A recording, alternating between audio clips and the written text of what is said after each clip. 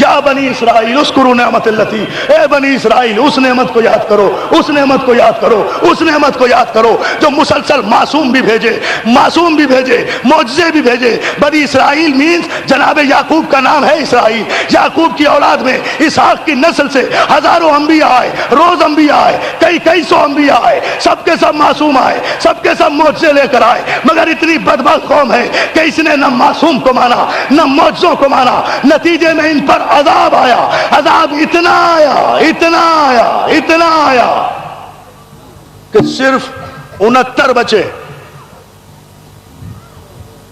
69، اور پھر انہوں نے یروشلم سے ہجرت کی ہے مصر کی طرف، وہاں جا کر 3 افراد، یہ 69 وہ بچے جو مومنین تھے، باقی سب تباہ ہو گئے جو معصوم اور معجزے کو مانتے تھے۔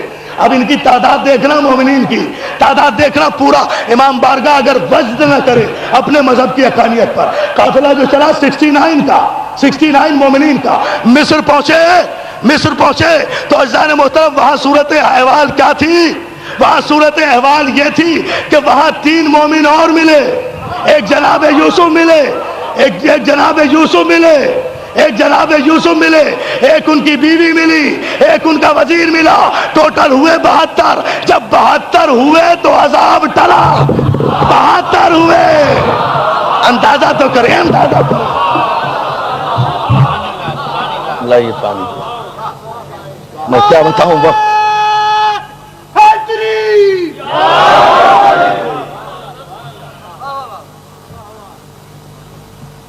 عذاب آیا۔ پھر یہ مصر میں جا کر، اب یہ تفصیلی گفتگو ہے، یہ پھر کل انشاءاللہ عرض کروں گا، وقت اب نہیں رہا، لیکن اس مرحلے پر ذرا سی توجہ اور فرما لیں۔ پھر یہ 72 افراد مصر میں آباد ہوئے، بنی اسرائیل جا کر، اکارڈنگ ٹو توریت سے پڑھ رہا ہوں، یہ سارے کے سارے وہاں آباد ہوئے، 400 برس تک یہ وہاں رہے، اور 400 برس کے بعد جب یہ نکلے ہیں، 400 برس کے بعد جب نکلے تو ان کی تعداد تقریباً 5.25 لاکھ تھی۔ 400 برس یہ رہے، یہ 72 آدمی، 5.25 لاکھ ان کی تعداد تھی۔ پھر انہیں عذاب ٹالنے کے لیے 40 برس پیدل چلنا پڑا، یہ جناب موسیٰ کا زمانہ آ گیا تھا، اور اس کے بعد پھر یہ جا کر یروشلم ہوئے، اور پھر 5,500 سال تک انہیں حکم دیا گیا کہ تم نے معصوم اور معجزوں کا اتنا انکار کیا ہے کہ تمہیں زمین پر سانس لینے کا 5,500 برس تک حق ہی حاصل نہیں ہے، تم کوئی اسٹیٹ نہیں بنا سکتے، کوئی مملکت نہیں بنا سکتے۔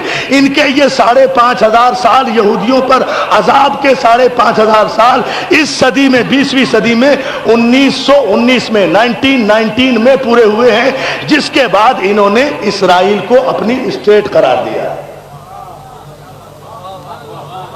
انٹرنیشنل گفتگو ہے، تمام برادران اسلام سنیں۔ 1919 میں، اس سال، اب سے 60-70 برس پہلے، ان پر 5,500 سال تک عذاب ہی عذاب رہا، کھانا بدوشوں کی زندگی بسر کرتے رہے، حق رہائش ہی چھین لیا گیا۔ یہ ہے ان کا پورا بیک گراؤنڈ۔ وجہ، یہ سارا بیک گراؤنڈ کیوں بتایا آپ کو؟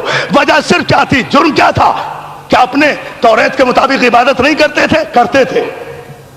کیا آپس میں نیک اور ہمدرد نہیں تھے؟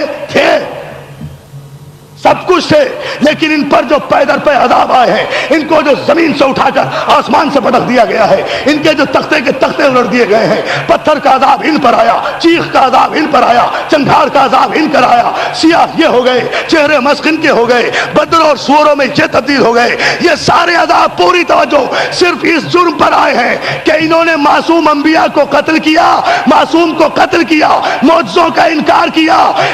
90 کروڑ کی تعداد میں بسنے والے مسلمانوں، آج بھی اگر عذاب الہی سے بچنا چاہتے ہو تو معصوم کا بھی اقرار کرو، معجزے کا بھی اقرار۔